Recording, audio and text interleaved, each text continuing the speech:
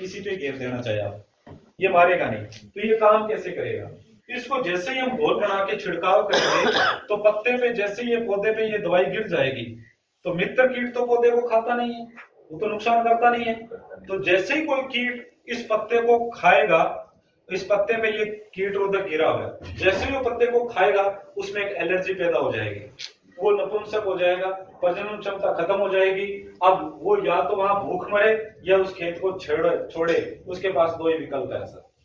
यानी कि कोई इंसान की शराब अपने छुड़वाते हैं है ना, उसको बोलते हैं ना, कई बार बाबा दे देता है कि चूर्ण मिला दिया भोजन में ना, शराब वाला पास मुंह खोल करेगा है ना, वो वाली बात हो जाएगी इसमें है ना। तो ये अपने इसमें मिला के ये कीट होता है सर।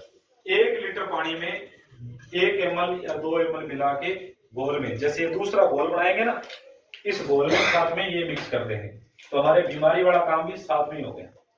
बीमारी के लिए आपको कुछ भी अलग से छिड़कने की जरूरत नहीं पड़ेगी। क्लियर है सर? यस। इसके अलावा और क्या गिरेंगे? और गिरेंगे सर ये स्टिकर। ये स्टिकर आज भी आप घेर रहे हो, बाजार वाला घेर रहे हो, वो भी केमिकल वाला घेर रहे हो, ये भी हमारा जैविक है। स्प्रेमैक्स 85 के नाम से है ये क्या काम करता है? बाजार वाला जो स्टिकर है वो सिर्फ चिपकू का ही काम करता है, यानी कि वो दवाई को सिर्फ चिपकाने का काम करता है, वो दवाई को पत्ते के अंदर पहुंचाने का काम नहीं करता। लेकिन ये स्प्रेमैक्स क्या करता है? पत्ते के ऊपर एक लेयर होती है जिसे बोलते हैं ल्यूटिकल लेयर, और ये दवाई उस ल्यूटिकल लेयर को छेद के दवाई को पत्ते के अंदर तक पहुंचाने का काम करती है। और इसका प्रयोग उस खेत में भी आप कर सकते हो जहां आपका पानी ज्यादा खड़ा रह गया, यानी कि आपने फसल बीजी, पानी आ गया, बारिश आ गई, पानी ज्यादा खड़ा है, तो खेत में इसको 1 लीटर को लगभग पूरे बीघे में छिड़क दो, तो जमीन के रोम छिद्र खुलेंगे, दवाई पानी आपका सारा जमीन के अंदर प्रवेश कर जाएगा। इसके अलावा जो जमीन आपकी पत्थर हो चुकी है ना, कई बार बोलते हैं ना कि ये बंजर होगी, अब इसमें कुछ भी नहीं होता, तो सूखी मिट्टी के अंदर 1 लीटर मिला के खेत में छिड़क के उस खेत में पानी लगा दें, वो खेत को, उस जमीन को नरम कर देगा, दोबारा उसमें उत्पादन करना चालू कर देना। ये हमारा स्प्रेमैक्स, कोई कीमत भी ज्यादा नहीं है, ये हमारा पड़ता है, ये कितने का मुकेश जी? 500 ml। 500 ml पड़ता है 1400 कुछ रुपए का ही। 1 लीटर में 1 ml मिक्स करके आपने घेरनी है। तो ये सारा अगर करें तो कोई ज्यादा आपको महंगा नहीं पड़ता, और खाली वो घेरें वो अपना 1500 के अंदर सारा बॉक्स है। अब हम ये बात आपसे करते हैं कि ज्यादा नहीं, आपके पास से कितनी जमीन हो, मरबा हो, 10 बीघे हो, 20 बीघे, कुछ भी हो, हम सारों में करवाने की आपसे वो दबाव नहीं देते, लेकिन हम आपसे सिर्फ 1.5 बीघा गोद मांगते हैं। सिर्फ आपका 1.5 बीघा हमें गोद चाहिए, उसको जैविक में कन्वर्ट करने के लिए। सिर्फ 1.5 बीघा जो आप लोग खाते हो, अपने पशुओं को खिलाते हो, अपने बच्चों को जो अनाज खिलाते हो, वो 1.5 बीघा आप इस बार करके देखें गेहूं में। धीरे धीरे फिर आप अपनी जमीन को बढ़ाना चालू करें, अगली बार फिर 1.5 बीघा कर लें, उसके बाद फिर 1.5 बीघा कर लें, धीरे धीरे आप जमीन को कन्वर्ट कर लें। 1.5 बीघा कर सकते हैं, नहीं कर सकते सर? रिजल्ट्स ओरिएंटेड प्रोग्राम ये होगा, और हम इसको बार बार चेक भी करेंगे सर। लेकिन जिस खेत में भी करो, जिस बीघे में करो, उस बीघे को आप रिजर्व कर लेना सर। फिर इस बार इस बीघे में किया है ना, अगली फसल में भी इस बीघे में ही करें, क्योंकि हमें जमीन को जैविक करना है, फसल को नहीं करना सर। कई बार होता है कि अभी तो इस खेत में डाल दिया, अगली बार इस खेत में डाल देंगे, फिर वो जैविक कब होगा? होगा ही नहीं। अब कई बार सुरेंद्र जी हम किसानों से बात करते हैं, वो कहते हैं कि सर हमने तो जो गेहूं बीजी है ना, उसमें तो हम कुछ नहीं डालेंगे, क्या बिल्कुल कुछ नहीं डालेंगे, वो हमारी जैविक है। मैंने कहा भैया नरमा किस में था? कहते उसी में था। तो मैंने कहा नरमे में डाला केमिकल? क्या डाला? फिर मैं कहा उसमें नरमे में इतनी ताकत आपने डाल दी है तो गेहूं में बेचारे को जरूरत ही नहीं है, वो नहीं चलेगा सर। 1 बीघा सिलेक्ट करके उसमें डालना चालू कर दो, उसको जैविक में कन्वर्ट कर दो। हमारे 8 STB के पास तनसुख गोदारा जी हैं, शायद आप जानते हो, पता नहीं जानते, मुझे नहीं पता। 8 STB गांव के पास उनकी ढाणी है, नाम है उनका तनसुख गोदारा। अंकल जी जीते शायद बुजुर्ग है। इस प्रकार से मैं मीटिंग दे रहा था, तो जब मीटिंग की बात खत्म हुई तो बातचीत की, मैंने कहा अंकल जी बताओ कितना ऑर्डर? तो अंकल जी ने बोला कि मेरी 1 मरबा जमीन है और पूरी की पूरी मैं जैविक कर रहा हूँ, और पिछले 20 सालों से जैविक कर रहा हूँ। कितने? 20 सालों से कहते जैविक कर रहा हूँ। तो मैंने कहा अंकल जी लोगों को तो आज ही समझ में नहीं आ रहा भी जैविक करना चाहिए कि नहीं करना चाहिए, आप 20 सालों से जैविक कर रहे हो तो आपको कहां से प्रेरणा मिलेगी? तो उन्होंने बताया कि मैं एक सत्संग में गया हुआ था, मद् भागवत की कथा चल रही थी, तो उसमें अर्जुन और गीता के उपदेश चल रहा था। तो उसमें अर्जुन ने श्री कृष्ण से पूछा कि वासुदेव मुझे ये बताओ कि इंसान पाप का भोगी कैसे बनता है? तो कृष्ण जी ने बताया कि अर्जुन इंसान 4 तरीके से पाप का भोगी बनता है। पहला, अगर वो इंसान किसी पर स्त्री को गलत नजर से देखता है तो वो पाप का भोगी होता है। दूसरा, अगर कोई इंसान किसी की घर के अंदर आग लगाता है, यानी कि इधर की बात उधर करके कुछ भी करता है, तो वो इंसान पाप का भोगी होता है। तीसरा, अगर कोई इंसान किसी जानवर जीव की हत्या करता है तो वो भी पाप का भोगी होता है। चौथा, अगर कोई इंसान किसी के भोजन में जहर मिलाता है तो वो भी पाप का भोगी होता है। तो उन्होंने कहा भी मेरे को बात समझ में आई भी, ना तो मैं किसी को गलत नजर से देखूं, ना मैं बात इधर की उधर करूं, ना मैं कोई जीव हत्या करूं, लेकिन ये चौथा काम है ना, ये चौथा काम मैं कर रहा हूं, मैं लोगों के भोजन में जहर मिला रहा हूं। और उसने उस सत्संग में संकल्प लिया कि आज के बाद मैं अपने खेतों में किसी भी प्रकार के केमिकल का प्रयोग नहीं करूंगा, जहर नहीं मिलाऊंगा। तो उन्होंने बताया कि मेरा खूब विरोध हुआ, क्योंकि जब पूरी खेत को अगर जैविक में कन्वर्ट करेगा तो उत्पादन कहां होगा? जब उत्पादन नहीं होगा तो मेरा पूरे परिवार में मेरा विरोध हुआ। मेरा कहते यहां तक नौबत आ गई कि मेरे परिवार वालों ने बोला कि इसका दिमाग खराब हो गया, टांटिया हॉस्पिटल से इसका इलाज करवाओ।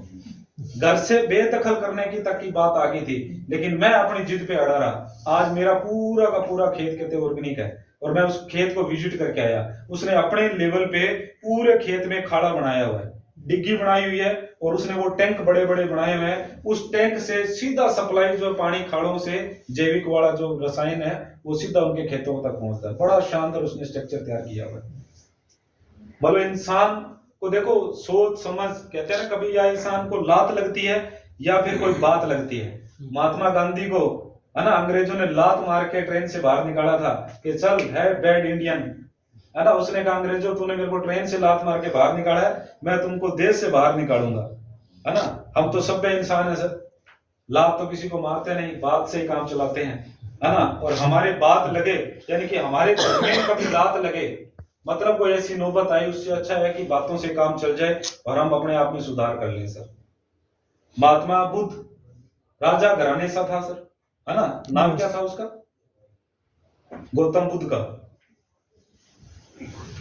नहीं जान, है ना। राजघराने से था, राजकुमार था, और उसको किसी ज्योतिष ने बताया था कि इसको वो चीज दृश्य दुख जो नहीं दिखना चाहिए, नहीं तो ये राजपाट सारा छोड़ देगा, और उसे कभी भी घर से बाहर नहीं निकलने दिया जाता था। लेकिन एक दिन वो घर से बाहर निकला तो उसे शादी ब्याह भी मिली, तो खुशी होते हुए लोगों को देखा, मरे हुए अर्थी जाते हुए देखा, तो उसे रोते हुए भी देखा, तो उसका मन वहीं चेंज हो गया कि यार ये दुनिया में ये लोग मर रहे हैं, इस प्रकार से विलाप कर रहे हैं। और वो बोध गया, वहां गया और बड़ के पेड़ के नीचे उसने ज्ञान प्राप्त किया और उसने अपना राजपाट छोड़ दिया सर। जब इंसान को ज्ञान की प्राप्ति होती है तो वो बात कहीं से भी कहीं बदल जाती है सर।